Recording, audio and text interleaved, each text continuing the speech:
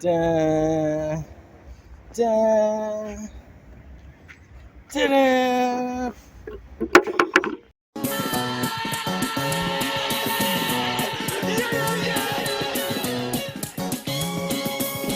This is indeed a disturbing universe.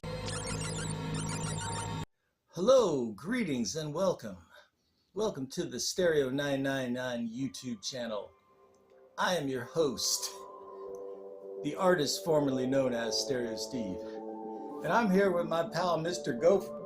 Wait, that's not Mr. Gopher. Mystery Matt, how you doing? Mystery Matt, hey, man. Good to be back in San Francisco. Back from New Jersey. How is New Jersey? It's New Jersey, it's not San Francisco. Meet the New Jersey. Same as the old Jersey. All right, so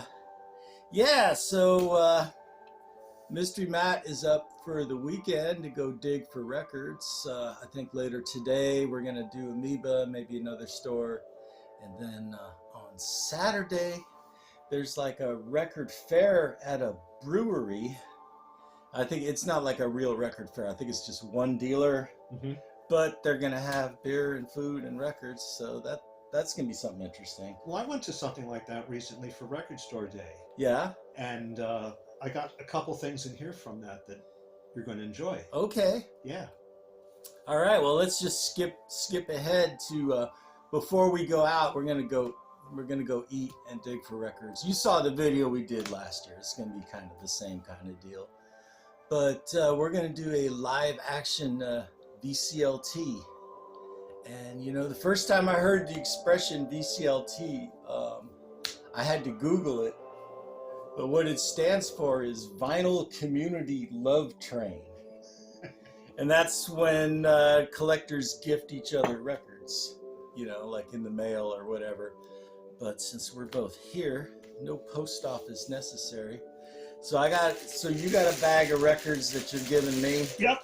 And I got a bag of records that I'm giving you. And how do you want to do it? Do you want to do it one and one? One and one. You go first. That I'll just give to you? Yeah. Okay, that's how we did it last time. Okay, all right. Well, since you're here in California, Songs of California by the University of California Band and Glee Club. Songs of California. Yeah, since you're in California is the place you ought to be. What's this? It's got Fight for California, The Golden Bear. The California drinking song. California drinking song. Well, I've got to hear this. All right, so there you go. Songs of California. Ah. All right. A 10-inch. It's a big 10-inch record of the man who plays the blues. I don't have any 10 inches in my vinyl. This is the first. That's what she said. Okay. All right. I hope you don't already have this record. Joni Mitchell, after she recorded the album Court and Spark, which featured a backup band, they are the LA Express actually. Right. She did a live album, half songs with the LA Express and half solos. A lot of hits on it called Joni Mitchell and the LA Express, Miles of Aisles. Miles of Aisles. I do not have this. I Good. only have Blue and Court and Spark. So I was kind of Joni Mitchell deficient. Now, Big Yellow Taxi was not a hit when it was first released, the studio version in 1970. I have that on one of those Warner Brothers. The live version from this album actually was a hit. Although you don't hear it much on the radio anymore. I'm glad you didn't have that one. I do not have this. There's some other hits on there. She does Both Sides Now. She does Woodstock. Woodstock is also with the LA Express. There she is with the gang here. Yep. So, who's in the band? Let's see. Tom Scott, Robin Ford. Okay, so like jazzers and yacht rockers in her backup band. Yeah, somebody did not return the record to the library back in the 70s. Oh, so there's like directions how to not mess it up there. Yeah. Okay. So what was I talking about? Warner Brothers compilations? So this is a Warner Brothers compilation. They called them loose leaders, right? I think this one was actually sold in stores. I don't think this was one of the mail order. Oh, this is leaders. older stuff. Yeah, it's from like 71 or something. I'll hold it up to the... Oh, look at the songs on this. Sweet for 20G. This is called Alternatives. It is, yeah. It's like a lost leader, but it's not really a lost leader because it's a single record, not a double album, and I think it was sold in stores. But yeah, this was pretty much the state of Warner Brothers. It's got Hendrix, it's got Neil Young, Cinnamon Girl, it's got some Zappa, some Jethro Tull, some Dead, Tim Buckley. So, Good yeah, lineup. Alternatives. Oh, this will be a fun one. Okay. Let me get the next one. Yes. Okay, this next one's a collectible. It has not been available on LP for a long time. Okay. In fact, it went out of print for a long time. It is... Oh, shit. I needed this. Because I have the movie. I don't have this soundtrack album. Call in heavy metal. Right. That is in mint condition. Oh, beautiful. Man, this is like... Yeah, when I was in high school, I think we got drunk in the movie theater watching this, me and my friends. I think most times when you see the movie, you're in an altered state. Nice, like, 80s Electro label. Dude. So, see, I have the movie. I do too. Now, there's a Heavy Metal 2 movie. It's not at all the same thing. Right. The sequel. Animated, but not for kids, it says here. Yeah. 4 or 5. The movie's better than it has as a reputation. They say it's a cult movie. It's got 4 or 5 unconnected stories, but there's a common theme about defeating a real evil entity. The glowing ball. Yeah. No, that's a good movie. It is a very good movie, so... Remember that South Park when they're smelling the cat piss and it makes them trip out? Yeah, they played they were kind of heavy metal spoofing heavy metal with that. All right. Next. All right. So Psychedelic Blues. I like that. Steve Miller, Children of the Future. This is the first Steve Miller Band record. And I needed this because I got Sailor. Yeah. Which was the second one? Right. Yeah. There's like I got the double that has both of them. And his early records are not very commercial, but they're really good. Yeah, before the Joker, they were Yeah, I mean he does. Steve Miller knows how to do the hooks, and in this case, he's experimenting a little more. Yeah, this one is mismatched because the cover is from an original with the rainbow label, but the actual plastic record is a later green label present. Thank you. Just to be pedantic. Thank you. Yeah. Okay. See, we're doing good here. We got records each other likes. Okay. Well, this next one I picked up just because of the title. Okay.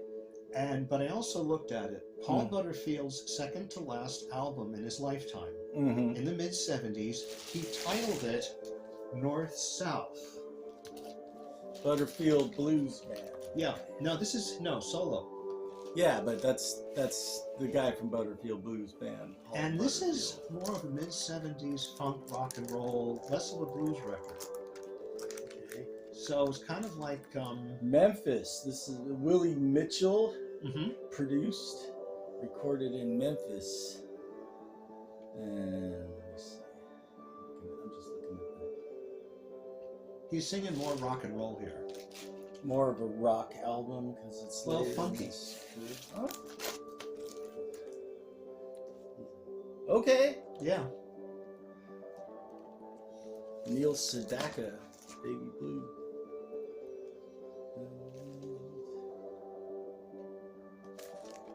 Bread and Butterfield.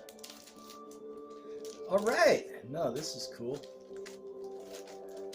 Because I don't have any. I mean, I have a few Butterfield Blues Band records. You have East West. I have never seen this before. Okay. Yeah, no, I've got the double live album. I got East West, and I got the double best of record. I have exactly the same. This is very cool. I've never seen this record before. Oh, okay, good. This looks amazing. Thank you. See, that's what I was talking about. So far, so good.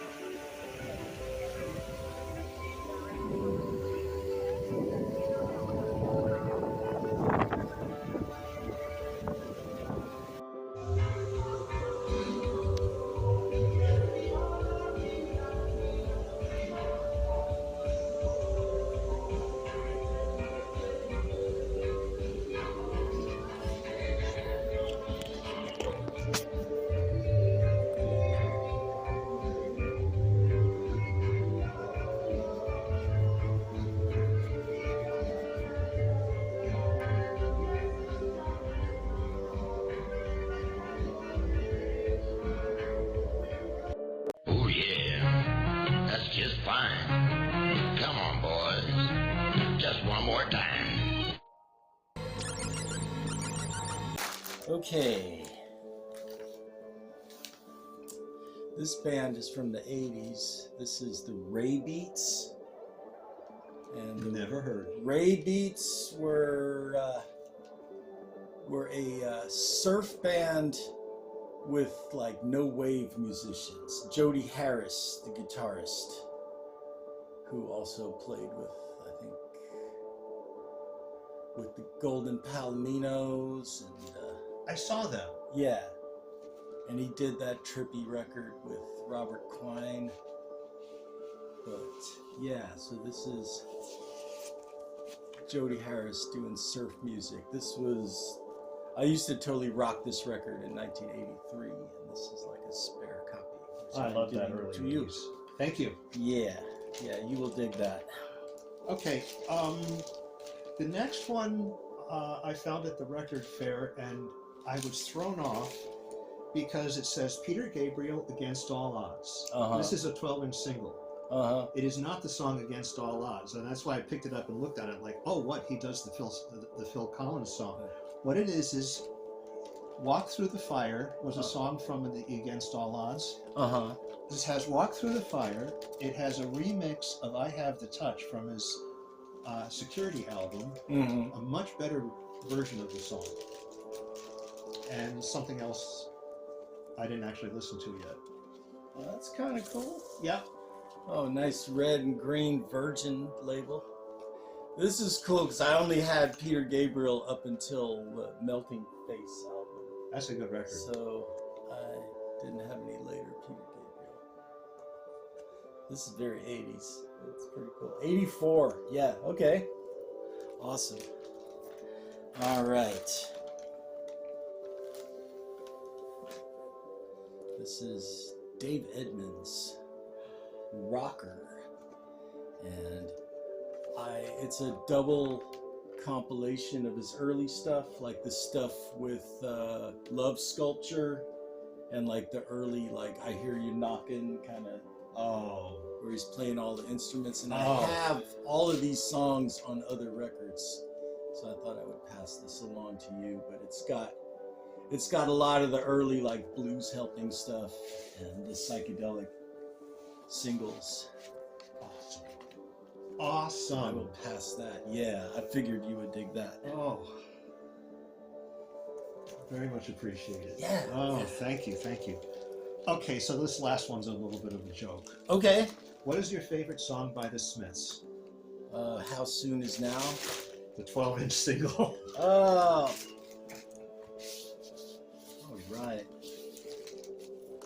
We should go eat some meat to celebrate. Exactly. I used to have the one that was on purple vinyl.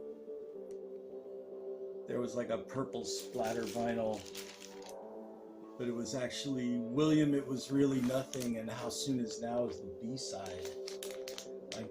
I gave that to somebody for a gift. I got it for free. But yeah, no, this is a good track to have on a nice thick 12-inch because that fuzz guitar will really like travel through the speakers. Yeah, it's their trippiest song. This increases my number of Smith's records in my collection to 2. The other one I have is Hatful of Hollow, which is the album that has this song on it. The UK album with this song, because it was on the American Meat is Burgers. But anyway, thank you. All right. Last but not least, because one more than I gave you. I'm sorry. Is it? Oh well, I get the last word though. Oh. Well, yeah. I mean that was the bonus, was the California one. All right. Anyway, because I was very happy that you enjoyed this band when I turned you on to them last time around. Which one? Band White Hills. Yes. White Hills. They were based in New York. You know, played. I mean, they were originally the people were originally from San Francisco. But anyway, you were talking about how you really liked "So You Are, So You'll Be," which was the record that maybe 2014 on Thrill Jockey. But I ended up with 2 copies of this record. This is Revenge of Heads on Fire, which I kind of consider this to be their masterpiece. And it's what it really is an expanded version of their 2010 album Heads on Fire, expanded Okay. expanded to a double album, and came out in like 2022. Excellent. And I bought, this is like the black vinyl because there was a colored vinyl variant, and this one, if you read the sticker, it says Midnight Black Vinyl Edition. So to save space, I'm going to keep my colored vinyl variant and gift you with this black vinyl, brand new. This is very well timed because I was just talking with you about. You were saying you wanted to buy some of their stuff, and yes. I that was just by sheer coincidence. All right, so that's all the our records we talked about in the September video. That turned out to be my favorite, which is you picked it out. Yeah, So, of the ones I bought. Yeah. Yeah. Well, no, I appreciate that because that was a good. Yeah. So White Hills, they were in a Jim Jarmusch movie. They were in Only Lovers Left Alive, which is the guy who played Loki in the Marvel movies, playing a vampire. Right. Yeah, that's a pretty fun movie. But anyway, that's our live action VCLT. Cheers, man. Thank you. Time to go to Amoeba. Stop. Stop.